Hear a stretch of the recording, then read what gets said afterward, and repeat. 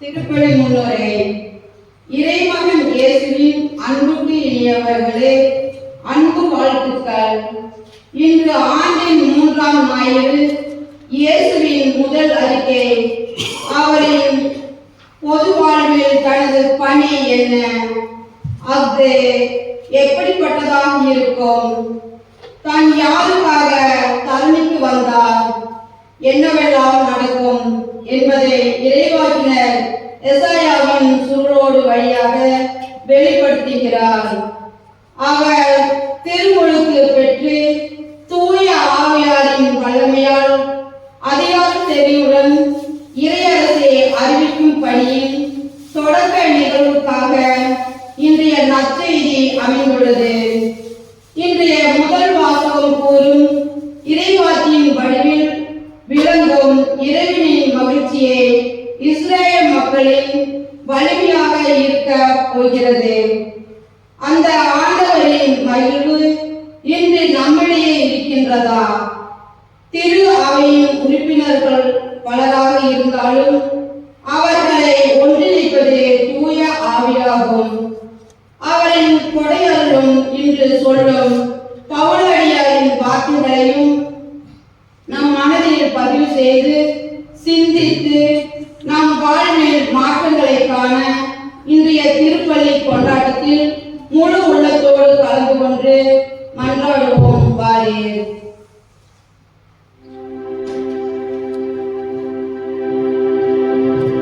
தந்தை மகன் தூய ஆவியாரின் பெயராலே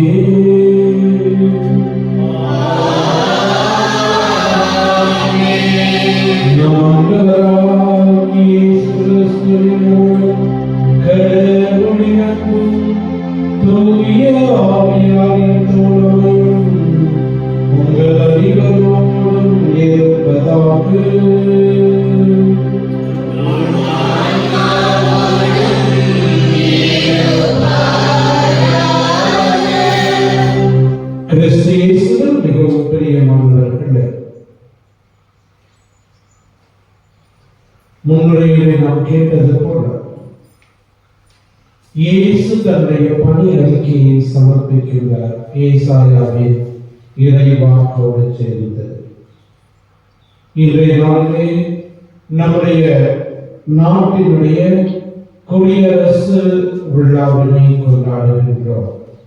1950ஆம் ஆண்டிலே குடியரசு நாடாக அறிவிக்கப்பட்ட நம்முடைய நாட்டிலே அந்த ஜனநாயகம், மனித மாண்பு, இறை ஆண்மை, எல்லா மதங்களையும் நேசிக்கின்ற பண்பு போன்ற பண்புகள் வளர வேண்டும் என்று நாம் இந்த திருப்பலியிலே நமக்காகவும் நம்முடைய தாய் நாட்டிற்காகவும் சிறப்பாக ஜெபிப்போம்.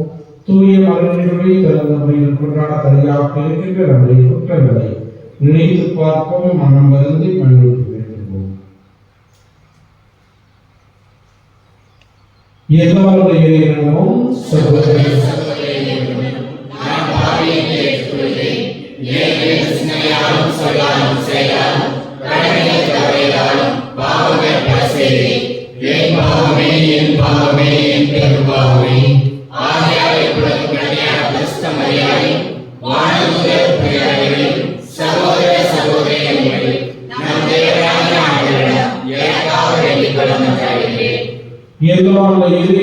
நம் மீது இரக்கம் வைத்து நம் பாவங்களை மன்னித்து நம்மை முடிவுள்ள வாழ்வுக்கு அழைத்து செல்வாராக. ஆமென்.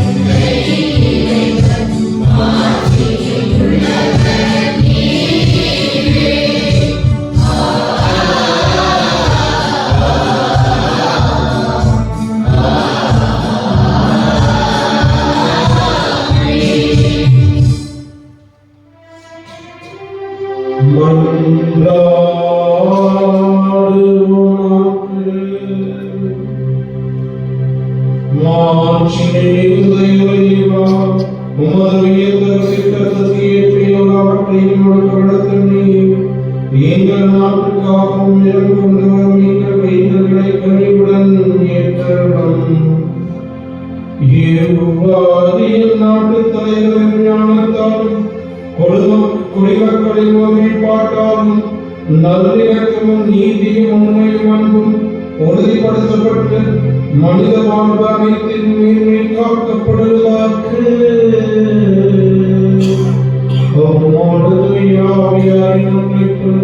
ஒரே இறைவனாய் வாழும் உண்மை மன்றாடுகின்றோம்.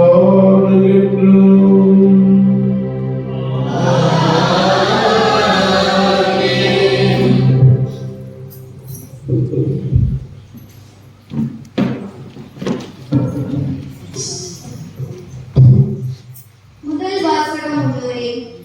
இன்றைய முதல் வாசகத்தில் பாபிலோனிய அடிமைத்தனத்திற்கு பின் எருசலேம் வந்த மக்கள் அழிந்த ஆலயத்தை நெகேமியா தலைமையில் மீண்டும் கட்டியெழுப்பினார். எஸ்ரா என்னும் திருச்சட்ட வல்லுனர் மோசேயின் சட்டத்தில் மக்கள் கடைபிடிக்கும் பழக்கத்தை புதுப்பித்தார். ஆண்டவர் நம் காதுகளில் விழும் வார்த்தையாக மாறிவிட்டார் என்று ஆண்டவர் உடனிருப்பை உணர்ந்ததால் அழுகின்றனர். இன்றைய வாசகத்தில் வரும் நிகழ்ச்சி திருமலையில் வரும் இறைவார்த்தை வழிபாட்டின் எதிரொலியாகவும் நமது ஆண்டவர் நாசரேத்து செபக்கூட்டத்தில் ஏட்டுச்சொல்லை வாசித்து விளக்கம் அறிந்ததன் பின்னணியாகவும் அமைந்துள்ளது. ஆண்டவரின் மதிப்பு அவர்களிடையே இருந்ததை அவர்கள் உணர்ந்தது போல நாமும் இவ்வாசகத்திற்கு செவிமடுத்து ஆண்டவரின் உடனிருப்பை உணர்ந்து கொள்வோம்.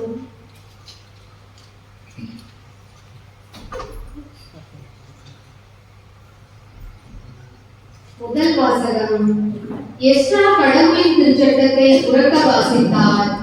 மக்களும் அதை புரிந்து கொண்டனர். இறைவாக்கினர் நெகேமியா நூலிலிருந்து வாசகம். அதிகாரம் 8 2 முதல் 4 வரை மற்றும் 5 முதல் 6 வரை, 8 முதல் 10 வரையுள்ள இறைவசனங்கள். இறைவாக்கினர் நெகேமியா நூலிலிருந்து வாசகம். அதிகாரம் 8 2 முதல் 4 வரை, 5 முதல் 6 வரை, 8 முதல் 10 வரையுள்ள இறைவசனங்கள். அந்நாள்களில் 7ஆம் மாதம் முதல் நாள் குரு எஸ்ரா ஆடவர், பெண்டினர், புரிந்து கொள்ளும் ஆற்றலுள்ள சிறுவர் அனைவரும் அடங்கிய சபை முன்னிலையில் திருநூலை கொண்டு வந்தார். தண்ணீர் வாயிலுக்கு முன் இருந்த வளாகத்தில் காலை முதல் நண்பகல் வரை ஆடவரையும் பெண்டிரையும் புரிந்து கொள்ளும் ஆற்றலுள்ள சிறுவரையும் பார்த்து அதை உரக்க வாசித்தார். எல்லா மக்களும் திருநூலுக்கு செவி கொடுத்தனர். திருநூல் வல்லுநரான எஸ்ராவோ இதற்காக செய்யப்பட்ட மர மேடையின் மேல் நின்று கொண்டிருந்தார். எஸ்ரா மக்களை விட உயரமான இடத்தில் நின்றதால் அவர் திருநூலை திறந்தபோது எல்லா மக்களும் அதை பார்த்தார்கள். திருநூலை திறந்தபோது எல்லா மக்களும் எழுந்து நின்றார்கள். அப்பொழுது எஸ்ரா மாபெரும் கடவுளாகிய ஆண்டவரை வாழ்த்தினார். மக்கள் எல்லாரும் கைகளை உயர்த்தி ஆமென் ஆமென் என்று பதிலுரைத்தார்கள். பணிந்து முகமுக்குப்புற விழுந்து ஆண்டவரை தொழுதார்கள். மக்களுக்கு புரியும்படி தெளிவாகவும் பொருளோடும் கடவுளின் திருச்சட்டத்தை உரக்க வாசித்தார்கள். ஆதலால் மக்களும் வாசிக்கப்பட்டதன் பொருளை புரிந்து கொண்டனர். ஆளுநர் நெகேமியாவும் குருவும் திருநூல் வல்லுநருமான எஸ்ராவும் விளக்கம் கூறிய லேவியர்களும் மக்கள் அனைவரையும் நோக்கி, இன்று கடவுளாகிய ஆண்டவரின் புனித நாள், எனவே நீங்கள் அழுது புலம்ப வேண்டாம் என்றனர். ஏனெனில் மக்கள் அனைவரும் திருச்சட்டத்தின் சொற்களை கேட்டதிலிருந்து அழுது கொண்டிருந்தார்கள். அவர் அவர்களை பார்த்து, நீங்கள் போய் கொடுத்தவற்றை உண்டு இனிய திராட்சை ரசத்தை குடியுங்கள். எதுவும் தயார் செய்யாதவருக்கு சிறிது அனுப்பி வையுங்கள். ஏனெனில் நம் ஆண்டவரின் புனித நாள் இதுவே. எனவே வருந்த வேண்டாம். ஏனெனில் என்று கூறினார். இது ஆண்டவர் வழங்கும் அருள்வாக்கு.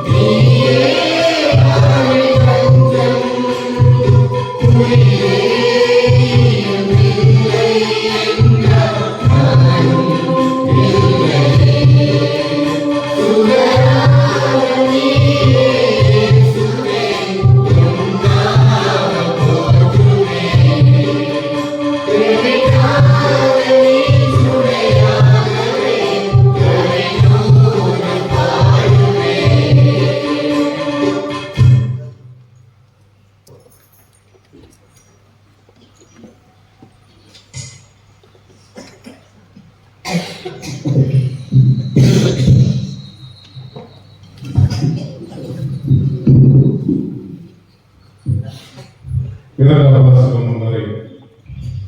இன்றைய இரண்டாம் வாசகத்தில் அருள்கொடைகள் வெளிப்படும் வகையிலும் அவற்றின் செயல்முறையில் வேறுபாடுகள் இருந்தாலும் அனைத்து வரங்களும் ஒரே தெய்வீக ஊற்றிலிருந்தே பிறக்கின்றன. திருச்சபையின் போது நன்மைக்காகவே இவை அழைக்கப்படுகின்றன என்பதை பவுல் நாம் கிறிஸ்துவின் உடல் உவமை வழியாக தெளிவுபடுத்துவதை கவனமுடன் மனதிலிருந்து கேட்போம். 2ஆம் வசனம், நீங்கள் கிறிஸ்துவின் உடல், ஒவ்வொருவரும் அதன் தனித்தனி உறுப்புகள்.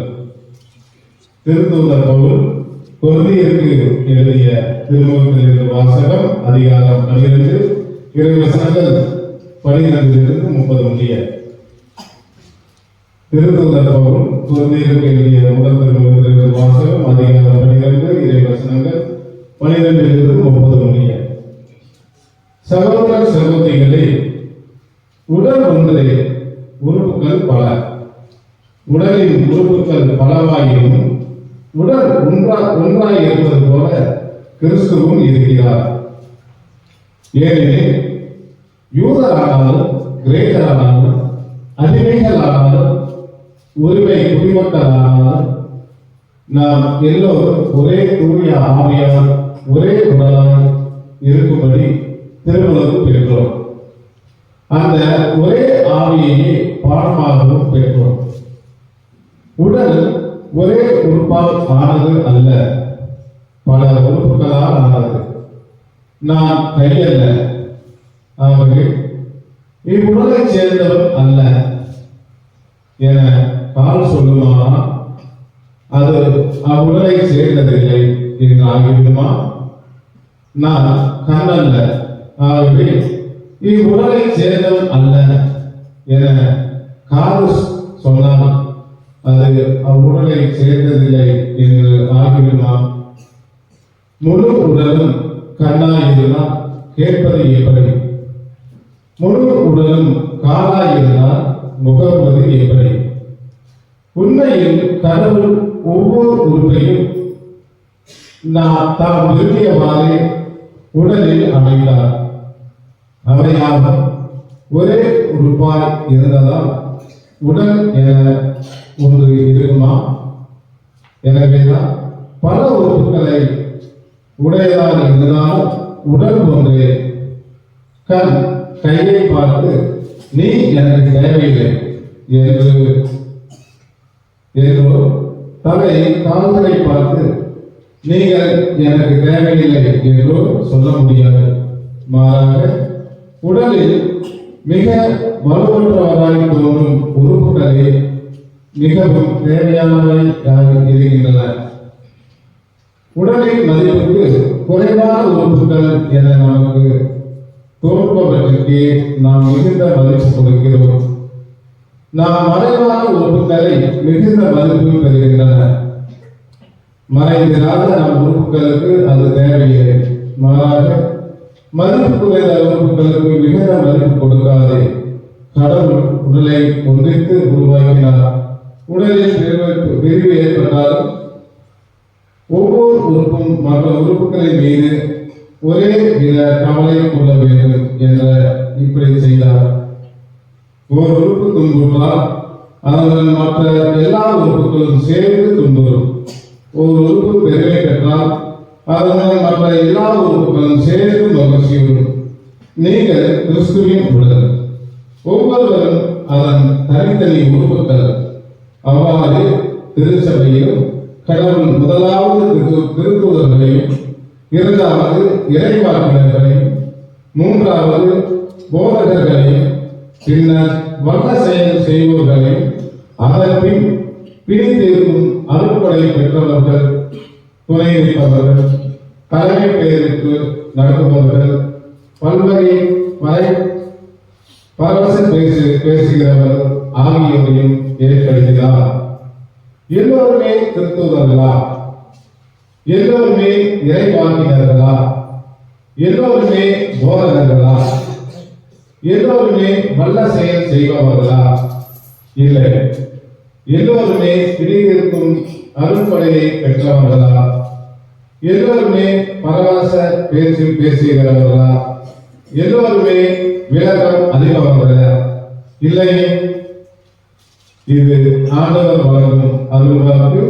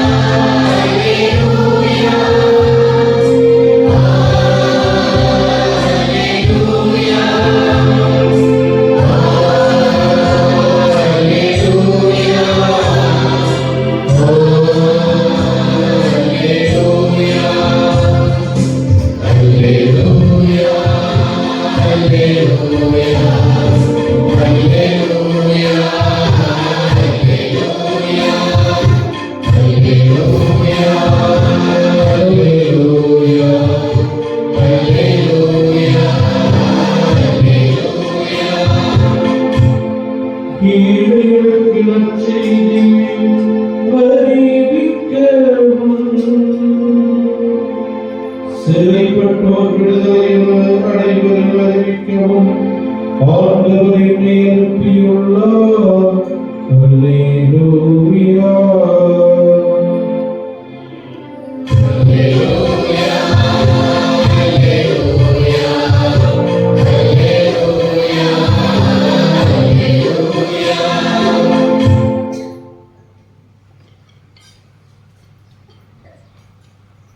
ஆண்டவர்களோடு இருப்பாராக.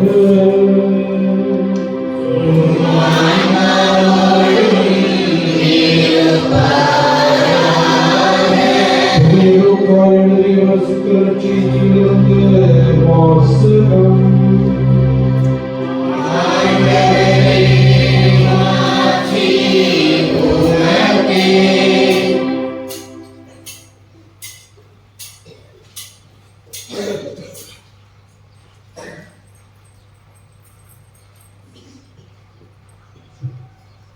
லூக்கா நற்செய்தி அதிகாரம் 1:1-4, மேலும் அதிகாரம் 4:14-21 முடிகிறது.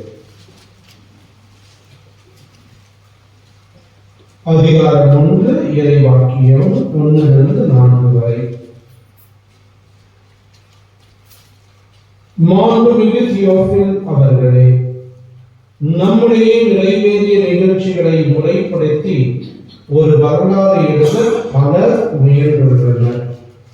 தொடக்கம் முதல் நேரில் கண்டும் இறை வார்த்தையை அறிவித்தும் வந்த ஊழியர் நம்மிடம் ஒப்படைத்துள்ளவாறே எழுத முயன்றனர்.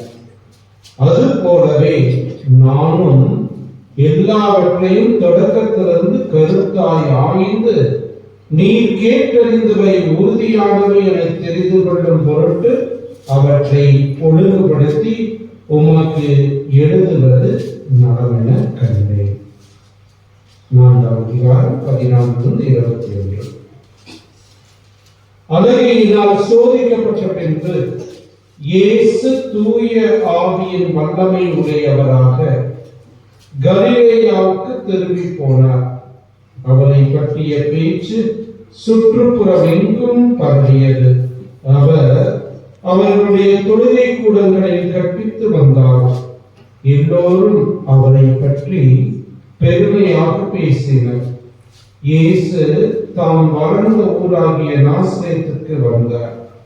தமது வழக்கத்தின்படி ஓய்வு நாளில் தொழுகை கூடத்திற்கு சென்று வாசிக்க எழுந்தார். இறைவாக்கினர் ஏசாயாவின் சுருளேடு அவரிடம் கொடுக்கப்பட்டது. அவர் அதை பிரித்த போது கண்ட பகுதியில் இவ்வாறு எழுதியிருந்தது: ஆண்டவருடைய ஆவி என் மேல் உள்ளது, ஏனெனில் அவர் எனக்கு அருள் பொழிவு செய்துள்ளார். ஏழைகளுக்கு நற்செய்தியை அறிவிக்கவும், சிறைப்பட்டோர் விடுதலை அடைவர், பார்வையற்றோர் பார்வை பெறுவர் என முழக்கமிடவும், ஒடுக்கப்பட்டோரை விடுதலை செய்து அனுப்பவும், ஆண்டவர் அருள் தரும் ஆண்டினை முழக்கமிட்டு அறிவிக்கவும் அவர் என்னை அனுப்பியுள்ளார். பின்னர் அந்த ஏட்டை சுருட்டி ஏவரிடம் கொடுத்துவிட்டு அமர்ந்தார். தொழுகை கூடத்தில் இருந்தவர்களின் கண்கள் அனைத்தும் அவரையே உற்று நோக்கி இருந்தன. அப்பொழுது அவர் அவர்களை நோக்கி, நீங்கள் கேட்ட இந்த மறைநூல் வாக்கு இன்று நிறைவேறிற்று என்றார். ஆண்டவரின் அருள்வாக்கு.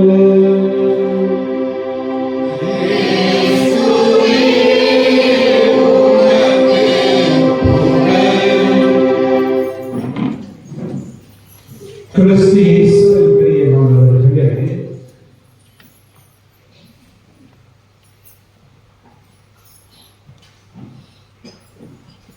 தேர்தல் வந்துவிட்டால்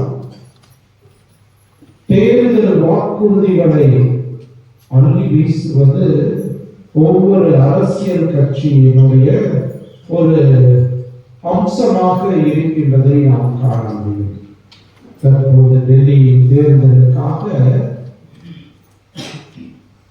பல்வேறு இலவசங்கள் அறிவிக்கப்பட்டு கொண்டிருக்கின்றன. ஒவ்வொரு கட்சியுமே போட்டி போட்டுக்கொண்டு கொடுக்க முடியுமா முடியாதா என்பதை யோசிப்பதை விட இதையெல்லாம் கொடுப்போம் இதையெல்லாம் செய்வோம் என்று அவர்கள் தேர்தல் வாக்குறுதிகளை தாங்கள் வந்தால் என்ன செய்வோம் என்பதனை சொல்கின்ற அந்த தேர்தல் வாக்குகளை அவர்கள் அறிவித்துக் கொண்டு இருக்கின்றனர்.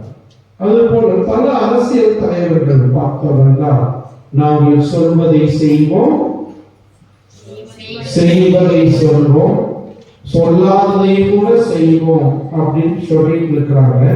ஆனா எந்த அளவுக்கு செய்கின்றார்கள் என்பது நாம் கண்கூடாக பார்த்து கொண்டிருக்கின்றோம். இப்படிப்பட்ட சூழ்நிலையில இன்றைய இறைவார்த்தையில இயேசு தன்னுடைய பணிவாழ்வின் அறிக்கையை கொடுக்கின்றார். அவர் என்ன செய்ய இருக்கின்றார் என்பதை மிக அழகாக அந்த ஏசாயாவின் இறைவாக்கு நூலோடு எடுத்து அதிலே ஒரு சில மாற்றங்களை எல்லாம் செய்து அவர் அறிவிக்கின்றதைத்தான் இன்றைய நற்செய்தி வாசகத்திலே நாம் கேட்டோம். ஆண்டின் பொது காலம் 3ஆம் ஞாயிறிலே இருக்கின்றோம். முதல் ஞாயிறை ஆண்டவருடைய திருமுழுக்கு பெருவிழாவாக சிறப்பித்தோம். 2ஆம் ஞாயிறு நற்செய்தியானது யோவான் நற்செய்தியிலும் எடுக்கப்பட்டது. இப்போது இந்த ஆண்டின் 3ஆம் ஆண்டிலே நாம் இருக்கின்றோம். பொது காலத்தின் 3ஆம் ஆண்டிலே நாம் இருக்கின்றோம். ஆகவே இனி தொடர்ந்து ஒவ்வொரு ஞாயிற்றுக்கிழமையுமே லூக்கா நற்செய்தியிலிருந்து நம்முடைய அந்த நற்செய்தி வாசகமானது இருக்கும். அதனுடைய தொடக்கமாக இன்றைய இறை வார்த்தையை அந்த முன்னுரை பகுதியை அதை பற்றி சற்றான சிந்திப்போம். அதற்கு முன்பாக இயேசுவினுடைய இந்த பணி வாழ்வின் அறிக்கை தான் எதற்காக வந்தார் என்பதை மிக அழகாக அவர் சொல்கின்றார். ஆண்டவரின் ஆவி என் மேல் உள்ளது. இங்கே ஏசாயாவின் புத்தகத்திலே பார்த்தோம் என்றால் ஆண்டவராகி என் தலைவரின் ஆவி என் மேல் உள்ளது, அவர் எனக்கு அருள் பொழிவு செய்துள்ளார் என்று இருக்கின்றதை காண முடியும். ஆகவே ஒரு சிலவற்றை அவர் மாற்றி சொல்கின்றார். ஒடுக்கப்பட்டவருக்கு நற்செய்தி அறிவிக்க என்று ஏசாயா நற்செய்தியிலே இருக்கின்றது. அதை இன்னும் சிறப்பாக அந்த ஒடுக்கப்பட்டோர் என்பவர்கள் ஏழைகளாகவும் இருக்கின்றார்கள். அவர்கள் வெறும் பணம் மற்றும் ஒரு மனிதனை பணக்காரன் என்று நிர்ணயம் செய்துவிட முடியாது. ஒரு சில சமயத்துல பொருளாதாரத்திலே பணக்காரர்களாக இருந்தாலும் ஆன்மீகத்திலே எளிமையாக இருப்பவர்கள் இருக்கத்தான் செய்கிறார். ஆகவே இந்த ஏழை என்கின்ற வார்த்தைக்கு ஏழைகளுக்கு நற்செய்தி அறிவித்தல் என்கின்ற அந்த வார்த்தையினுடைய அர்த்தத்தை முழுமையாக இயேசு உணர்ந்து தன்னுடைய வாழ்விலே அந்த அடித்தட்டு மக்களுக்காக கீழ்த்தட்டு மக்களுக்காக தான் யாருக்காக அனுப்பினோமோ அவர்களுக்காக தன்னுடைய பணியை செய்தார். ஆகவே தான் மற்றவர்கள் எல்லாம் யோசிக்கின்ற விதத்துல ஏன் இவர்கள் பாவிகளை அழைத்துக் கொண்டிருக்கின்றார், அவனை பற்றி தெரியாதா, அவன் வழி தந்துவன் மிகப்பெரிய பாவி, அவனை எல்லாம் அழைக்கின்றார் என்று சொன்ன போது கூட இயேசு சொல்வார், நீதிமான்களை அல்ல பாவிகளையே அழைக்க வந்தேன் என்று. ஆகவே இப்படியாக பார்க்கின்ற போது தன்னுடைய பணியினுடைய இலக்கு ஏழை மக்கள், எளிய மக்கள். அந்த ஏழை மக்கள் என்கின்றவர்கள் பொருளாதாரத்தில் பின்தங்கியவர்கள் மட்டுமல்ல, பல்வேறு நிலையிலே ஒருவேளை பொருளாதாரத்தில் சிறப்பாக இருந்தாலும் கூட வாழ்விலே நிம்மதி இல்லாமல் இருக்கின்றவர்கள் கூட ஏழைகள் தான். எவ்வளவு பணம் இருந்தாலும் மகிழ்வு இல்லை என்றால் அவர்களும் ஏழைகள் தான். அத்தகையவர்களும் ஏழைகள் தான். அத்தகையவர்களுக்கு ஆறுதலை நாம் கொடுக்கின்ற போது ஏழைகளுக்காக நாம் பணி செய்கின்றோம் என்ற அர்த்தமாகும் பெரிய நண்பர்கள். ஆகவே இத்தகைய விதத்திலே பல்வேறு விதத்தில் இந்த ஏழைகள் ஒடுக்கப்பட்டோர் என்கின்ற அந்த வார்த்தையினுடைய அர்த்தத்தை இயேசு முழுமையாக உணர்ந்து தன் பணிவாழ்வு முழுவதும் அத்தகையோருக்கு செய்தார் என்பதை நாம் நற்செய்தியில மிக அழகாக வாசிக்கிறோம். அதே போலவே அவர் சிறைப்பட்டோர் விடுதலை அடைவர் என அறிவிக்கிறார். அந்த சிறைப்பட்டோர் அதாவது வெறும் சிறையில் இருக்கின்றவர்கள் மட்டுமல்ல, இன்னைக்கு பல்வேறு தவறான எண்ணங்களால், தாழ்வு எண்ணங்களால் தங்களையே சிறைப்படுத்திக் கொண்டு எங்களால் இது முடியாது, நாங்கள் இப்படி பிறந்து விட்டோம், ஆகவே எங்களுடைய வாழ்வு இதுதான் என்று தங்களையே முழுமையாக அந்த விதத்தில் தங்களுடைய அதாவது எனக்கு தலைவிதி இதுதான் அப்படின்னு சொல்லிக் கொண்டிருக்கின்ற சிறைப்பட்டு இருக்கின்றவர்களுக்கு விடுதலையை கொடுக்கக்கூடியவர்களாக இயேசு இருந்தால் நாமும் இருக்க அழைக்கப்படுகின்றோம். அப்படி நம்பிக்கை இழந்து தங்களுடைய வாழ்விலே இதுதான், இதுக்கு மேல ஒன்றும் இல்லை, என்ன பிரயோஜனம் என்று நம்பிக்கை இழந்து இருக்கின்றவர்கள், சிறைப்பட்டு இருக்கின்றவர்கள், இத்தகையவர்களுக்கு நாம் நற்செய்தியாக அவர்களால் முடியும் என்கின்ற அந்த நம்பிக்கையின் செய்தியை கொடுக்க வேண்டும் என்பதுதான் ஆண்டவரின் அருள் தரும் ஆண்டான இந்த புனித ஆண்டிலே இயேசு பிறந்த 2025ஆம் ஆண்டில் யூபிலி ஆண்டாக எதிர்நோக்கின் திருப்பயணிகளாக நாம் இருக்க அழைக்கப்படுகின்ற இந்த ஆண்டிலே சிறப்பாக அத்தகைய நம்பிக்கையை கொடுக்கின்றவர்களாக வாழ்விலே மனச்சிறையிலே இருக்கின்றவர்களுக்கு புதிய நம்பிக்கையை கொடுக்கின்றவர்களாக, பார்வையற்றவர்களுக்கு பார்வை தருகின்றவர்களாக, அதாவது குறுகிய பார்வை கொண்டவர்களாக, எப்பொழுதும் எல்லாவற்றிலும் தப்பை கண்டுபிடிக்கக்கூடிய பார்வை கொண்டவர்களாக, அடுத்தவர்களை பற்றி எப்பொழுதும் தவறாக எண்ணி பேசிக் கொண்டிருக்க பார்வை கொண்டிருக்கக்கூடியவர்களை புதிய பார்வை நேர்மையான இன்னும் சிறப்பான விதத்துல அந்த தவறான எண்ணங்களிலிருந்து எதிர்மறையான எண்ணங்களிலிருந்து விடுதலை பெற்றவர்களாக நேர்மறை எண்ணம் கொண்ட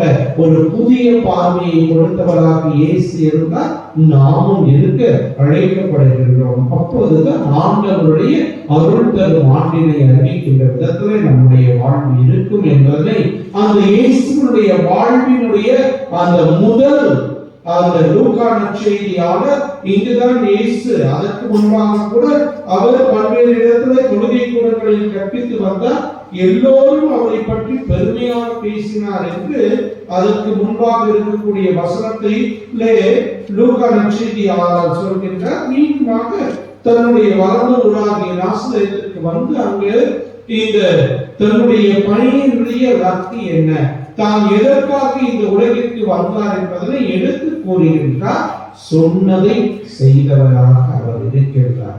நாமும் அப்படிப்பட்டவர்களா, நம்முடைய சொல்லும் வாழ்வும் இணைந்து செல்கின்ற விதத்துல இருக்கின்றதா என்று சிந்தித்து பார்க்க அழைக்கப்படுகின்றோம். அதை போலவே முதல் வாசகத்துல எஸ்ரா மிக அழகாக அந்த இறை வார்த்தையை அறிவித்து மக்கள் எல்லோரும் அழுது கொண்டு அந்த இறை வார்த்தையை கேட்கதாக, இறை வார்த்தையின் மீது அந்த தாக்கம் அவர்களை பாதித்ததாக இருக்கின்றது. இன்றும் நாம் ஒவ்வொரு நாளும் திருப்பலியிலே இறை வார்த்தையை வாசிக்கின்றோம், இறை வார்த்தை பகிர்ந்து கொடுக்கப்படுகின்றது. அது நம்முடைய நெஞ்சை தாக்குகின்றதா, உள்ளத்தை ஊடுருவி பார்க்கின்றதா, இறை வார்த்தையானது வல்லமை மிக்கதாக இருக்கிறது என்பது இரு பக்கமும் கருத்து வாய்ந்த எந்த வாயிலும் கூர்மையானது என்று சொல்லப்படுகின்ற அந்த இறை வார்த்தையினுடைய மேன்மையை உணர்ந்தவர்களாக இருக்கின்றவான். இன்றைய அந்த நற்செய்தியினுடைய முதல் பகுதி, முதல் அதிகாரத்தில் லூக்கா இந்த நற்செய்தியை எதற்காக எழுதினார் என்பதை சொல்கின்ற போது மிக அழகாக சொல்கின்றார். தொடக்கத்திலிருந்து கருத்தாய் ஆய்ந்து நீர் கேட்டறிந்தவை உறுதியானவை என தெரிந்து கொள்ளும் பற்றி அவற்றை ஒழுங்குபடுத்தி உனக்கு எழுதுவது நலமென கண்டேன் என்று அவருடைய அந்த இயேசுடைய வாழ்வை மிக அழகாக ஒரு வரலாறாக மட்டுமல்ல, இன்னும் அந்த நடந்த நிகழ்வுகளை அப்படியே சித்தரித்து காட்டுகின்றவர்களாக நற்செய்தியாளர்கள் நமக்கு இந்த நற்செய்தியை கொடுக்கின்றார்கள். ஆகவே அந்த இறை வார்த்தை, உயிருள்ள வார்த்தை, ஒவ்வொரு முறையும் நாம் வாசிக்கின்ற போது புது புது கருத்துக்களை கொடுக்கக்கூடிய வார்த்தையாக இருக்கின்றது. ஆகவே இந்த இறை வார்த்தையை நாம் எவ்வாறு வாசிக்கின்றோம், யோசித்து பார்க்க அழைக்கப்படுகின்றோம். அந்த இறை வார்த்தையை வாசித்து அதை நம்முடைய வாழ்விலை பின்பற்ற முயற்சிக்கின்றோமா என்று சிந்தித்து பார்க்க அழைக்கப்படுகின்றோம் பிரியமானவர்களே. ஆகவே அந்த விதத்துல அந்த இறை வார்த்தை நம்முடைய உள்ளத்துல எத்தனை ஒரு மாற்றத்தை கொண்டு வருகின்றது. மூன்றாவதாக இரண்டாம் வாசகம். நான் கடந்த வாரமே அந்த இரண்டாம் வாசகத்தினுடைய முதல் பகுதியை பற்றி சொல்கின்ற போது அந்த குத்துச்சண்டை வீரனை அந்த விரல் ஒவ்வொன்றும் தாத்தா பெருசுன்னு சொன்ன போது எல்லோரும் இணைந்து இருக்கின்ற போதுதான் வெற்றி கிட்டும் என்பதை அந்த குத்துச்சண்டை வீரன் சொன்னதாக. ஆகவே அது போல்தான் மிக அழகாக தூய பவுல் சொல்கின்றார். அப்படி நம்முடைய பல்வேறு வேறுபாடுகள், பல்வேறு பிரிவினைகள், நமக்குள்ளேயே பல்வேறு சண்டை சச்சரவுகள் இருக்கின்ற போது நம்முடைய ஒற்றுமை கேள்விக்குறியாகி விடுகிறது. ஆகவே பிரியமானவர்களே, ஒற்றுமையோடு இணைத்து செயல்படுகின்ற போது நாம் அந்த மீட்பின் மகிழ்வான செய்தியை அறிவிக்கின்ற விதத்தில் வாழ முடியும். அப்படி வாழ அவர்களுடைய செவிப்போம். ஆமாம், எழுதணும் நம்முடைய நம்பிக்கையை அறிவிக்கிறேன்.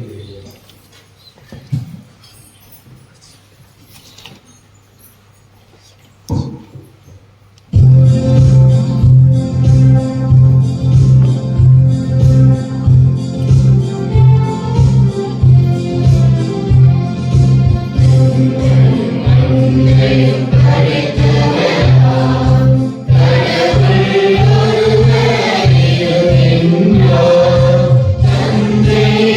you.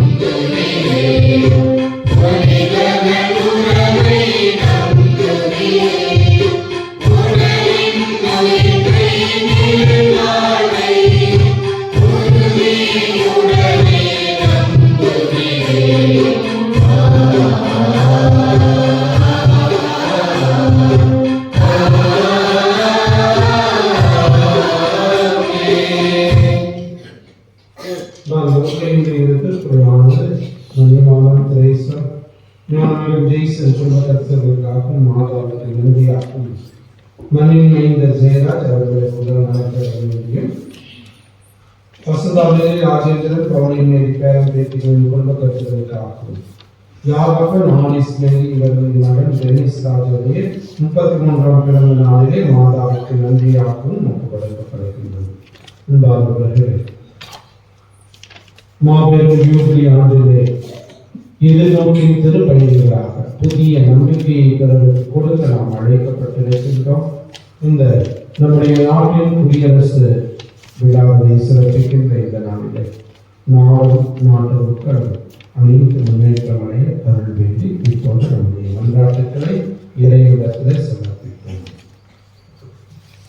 நலம்பெறும் ஜூபிலி ஆண்டை கொண்டாடும் திருவிழாவை நமது வருகை என்கின்ற நெகேமியாவின் சொல்படி ஆண்டவரை மகிழ்விக்கும் ஒரு வாழ்வை மேற்கொள்ளவும் திருச்சந்தை, ஆயர் பெருமக்கள், குருக்கள், புறவரத்தார் மற்றும் பொதுநிலையினர் அனைவருமே இறைவனை உறுதியுடன் பயணிக்கவும் அருள்புரிய வேண்டும் என்று இறைவாமை மன்றாடுகிறோம்.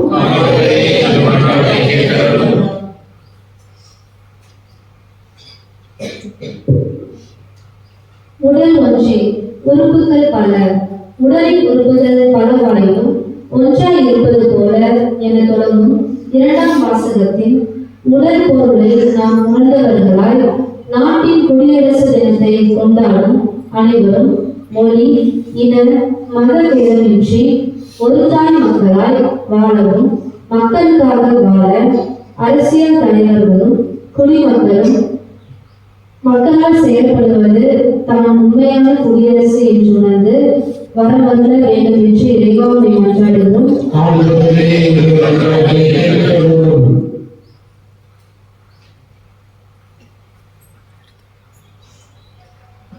ஆண்டவருக்கு அருள்தரும் வானிலை முழக்கமிட்டு அறிவிக்க, நாசரேத் தொழுகை கூடத்தில் தோன்றிய இயேசு இன்று நம் மத்தியில் எளியோருக்கு நற்செய்தியும், பிணியற்றோருக்கு உடல்நலமும், சிறைப்பட்டோருக்கு உரிமை வாழும் வழங்க வல்லவர் என்கிற நம்பிக்கை எதிர்நோக்கும் நம்மில் நிறைநிலவும் இந்த நலத்தரும் நற்செய்தி பணிகளை ஆற்றும் அனைவரும் ஆசீர்வதிக்கப்பட வேண்டும் என்று இறைவாமை மன்றாடுகிறோம்.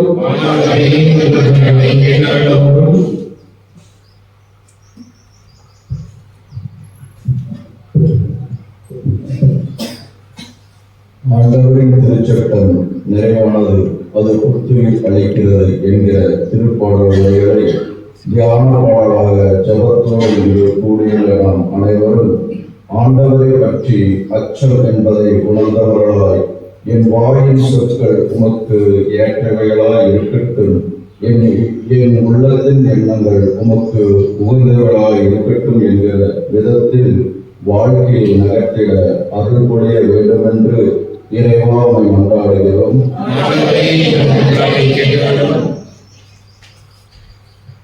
நம்முடைய கைப்பற்றத்தை எங்களுக்காக ஜெபிப்போம். எங்கள் அன்பு தாயும் தந்தையுமான இறைவா, பிள்ளைகள் நாங்கள் எங்களுக்கு தேவையான அனைத்து மன்றாட்டுகளை உங்களிடத்தில் சமர்ப்பித்திருக்கின்றோம். நீங்கள் இவற்றை ஏற்று எங்களுக்கு தேவையான அருள்வர்களையும் ஆசீர்வாதங்கள், எங்கள் நாட்டிற்கு தேவையான முன்னேற்றத்தை தர வேண்டும். உண்மை பார்த்து ஜெபிக்கின்றோம். ஜெபம் கேட்டு ஆசீர்வதியும் ஜீவனுள்ள நல்ல பிதாவே, ஆமென். Amen.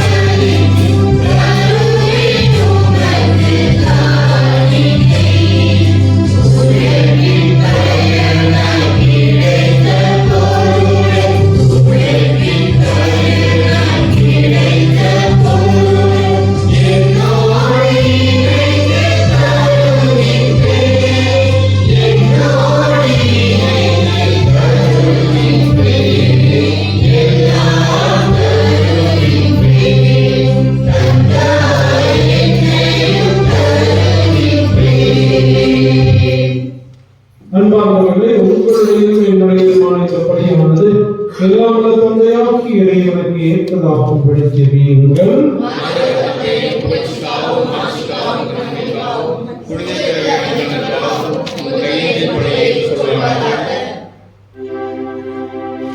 ஆண்டவரே, தங்கள் அர்ப்பணத்தின் அடையாளமாகும் மக்களின் காணிக்கைகளை ஏற்றருளும். எங்களது இறைப்பற்றுள்ள காணிக்கையின் தன்மைகளை அப்படியோடு ஏற்றுக்கொள்ளப்படாதபடியாக என்றென்றும் ஆட்சி செய்கின்ற வழியாக உம்மை மன்றாடுகின்றோம்.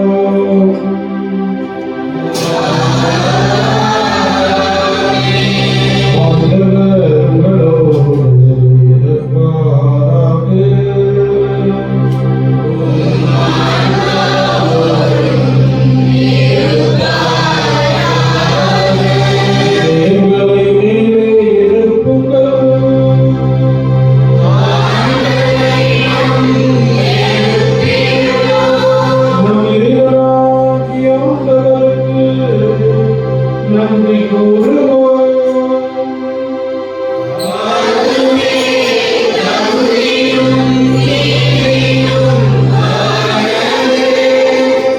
ஆண்டவரே, தூயவரான உதவியை இன்றுடைய நம்முடைய இறைவா எல்லாருமே விடத்தில் நாங்கள் நமக்கு நன்றி செலுத்துவது மெய்யாகவே தகுதியும் நீதியுமாகும் எங்கள் கடமையை நீக்கக்கூடிய செயலுமாகும்.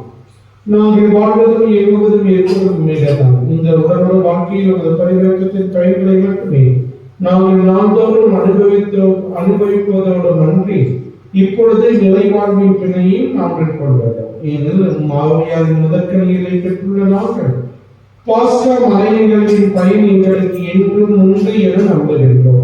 அந்த ஆவியார் வழியாகவே நீர் இயேசுவை சாவில் என்று உயிர்த்தெழச் செய்தீர்.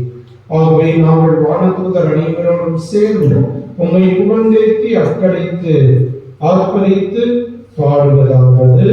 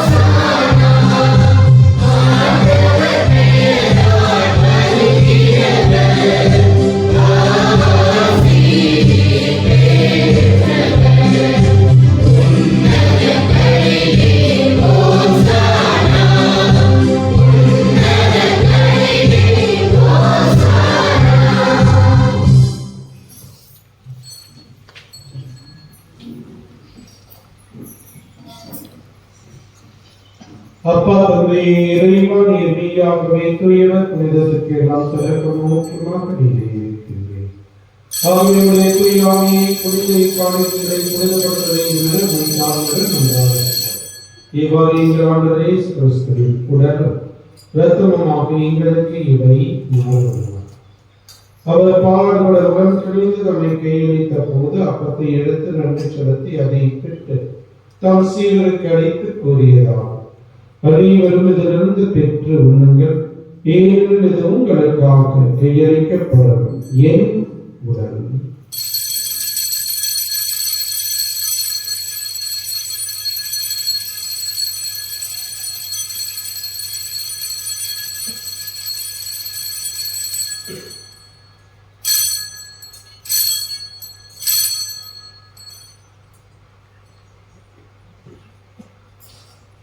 அவனுமே இரவு கிண்ணத்தை எடுத்து மீண்டும் நன்றி குறித்தால் சீடருக்கு அழைத்து அவர் கூறியதார்: அனைவரும் இதிலிருந்து பெற்று பருகுங்கள், எங்களது புதிய நிலையான உடன்படிக்கைக்குரிய இந்த இரத்தத்தின் கிண்ணம்.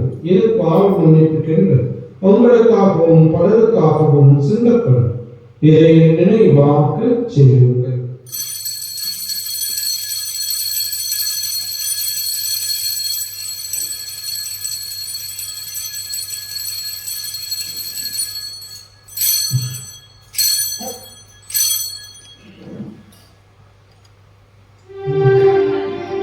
நம்பிக்கையின் மறைபொருள்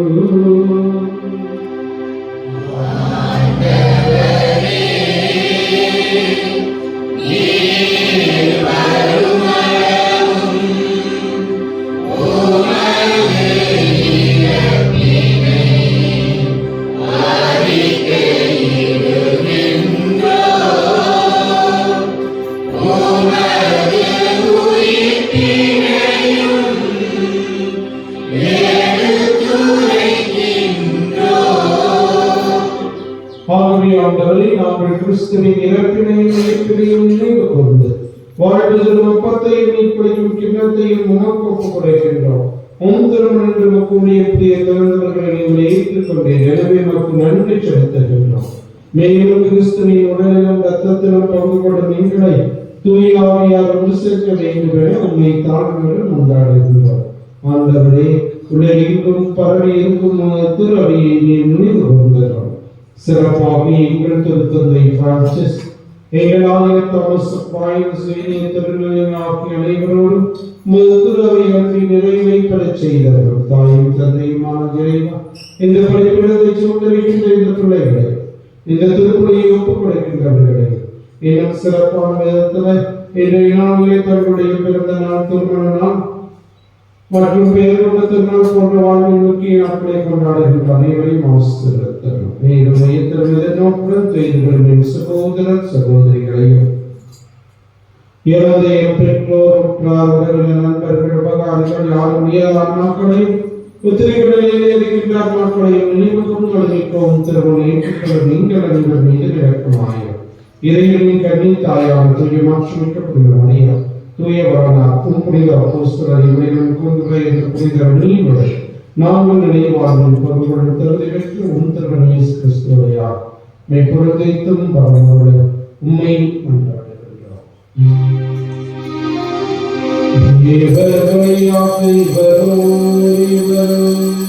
எல்லா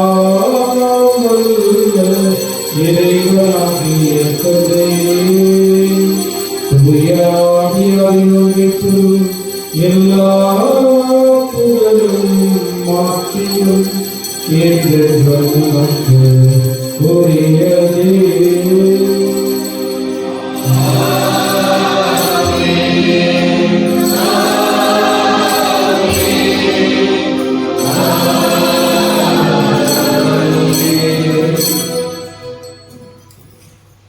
இறைவனுடைய அரசி உலகில் மலர இறை தந்தையை நோக்கி நாம் ஜெபிப்போம்.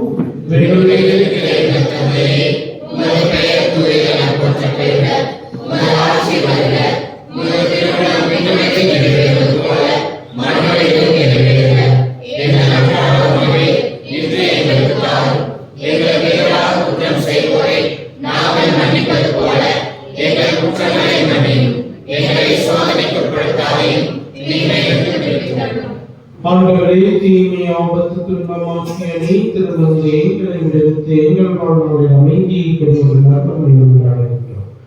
இறக்கத்திருந்தவையால் நாங்கள் பாவத்திலிருந்து எப்போதும் விடுதலை பெற்று யாவொரு கலக்கமுமின்றி நலமாய் இருப்போமாக நாங்கள் எதிர்நோக்கி இருக்கும் பேரிடத்திற்காக எளிப்படாகி இயேசு கிறிஸ்துவின் இரண்டாம் வருகைக்காகவும் காத்திருக்கின்றோம்.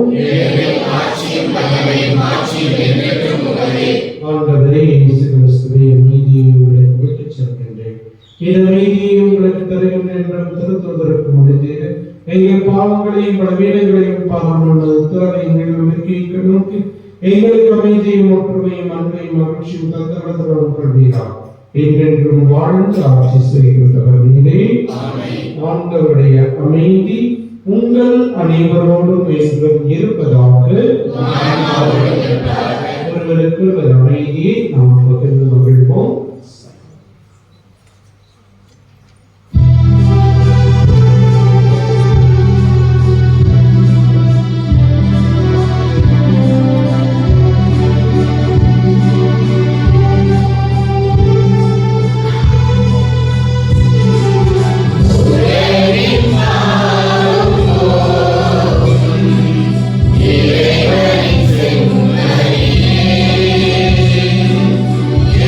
Yeah.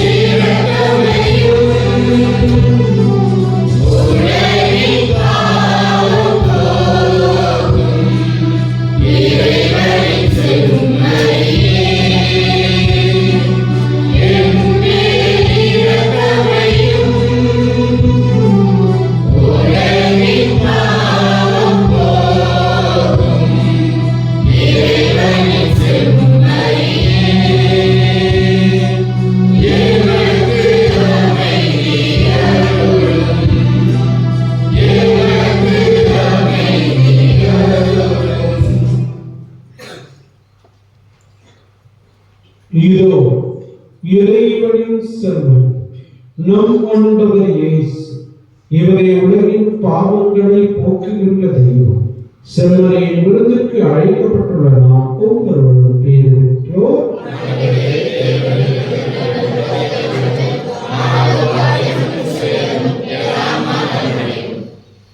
கிறிஸ்துவின்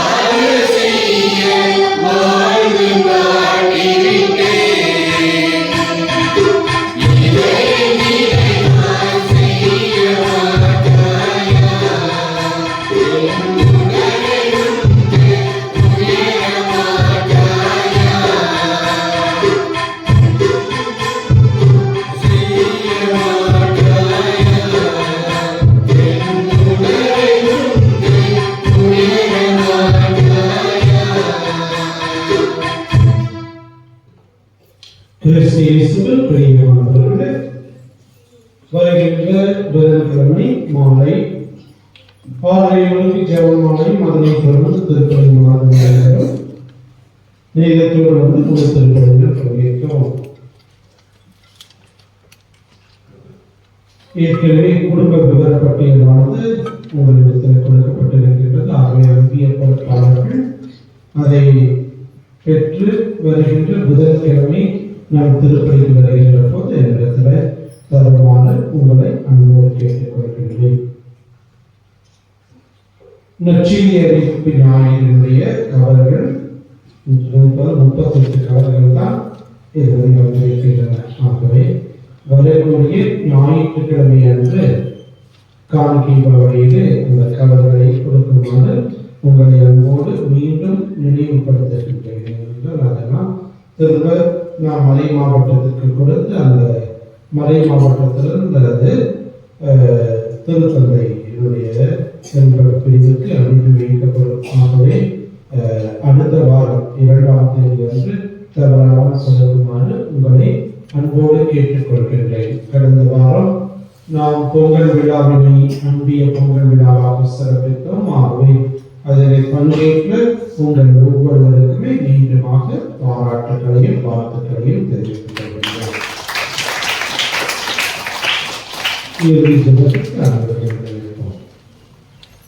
நன்றி கோரி மன்றாடுவாக்கு. ஆண்டவரையும் திருமணத்தையும் திருரத்தத்தையும் உட்கொள்கிறோம். பணியில் அவர் காட்டி எடுத்துக்காட்டை நாம் பெற்றுக்கொள்கிறோம். மின்னரசும் மனிதர்களும் அருள்வீராக்கு. நீங்களாம் ஆண்டவர் கிறிஸ்துவினாக உம்மை மன்றாடுகின்றோம்.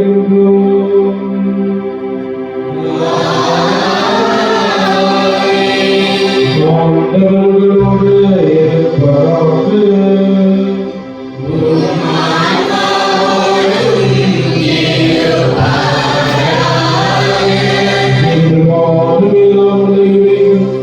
தந்தை மகன் தூயாவியார் உங்கள் அனைவரையும் ஆசீர்வதிப்பாராக.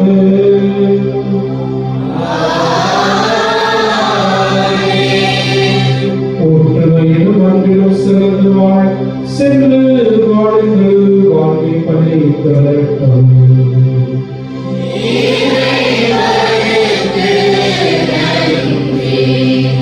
அன்பானவர்களே, நம்முடைய நாட்டினுடைய குடியரசு விழாவை சிறப்பிக்கின்ற போது குடியரசு தின வாழ்த்துக்கள். ஹாப்பி ரிபப்ளிக் டே.